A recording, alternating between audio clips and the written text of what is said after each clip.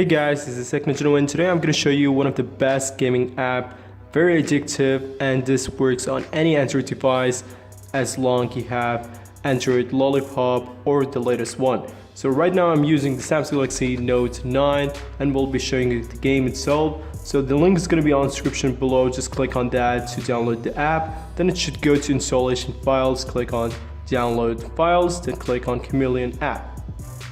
Then check this option. Go back, then press install.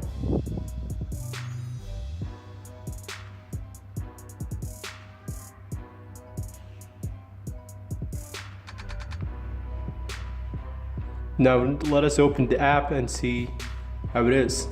So just allow the permission, nothing serious there. So if it takes too long, just close the app just like that. Then go to game launcher, then click on Chameleon app. Then it should work out. The game doesn't look that great since it's not taking the advantage of the entire display. So let me do that very quick with the full application view. So now it is in full display. Now let us play the game itself just to show you how immersive it is.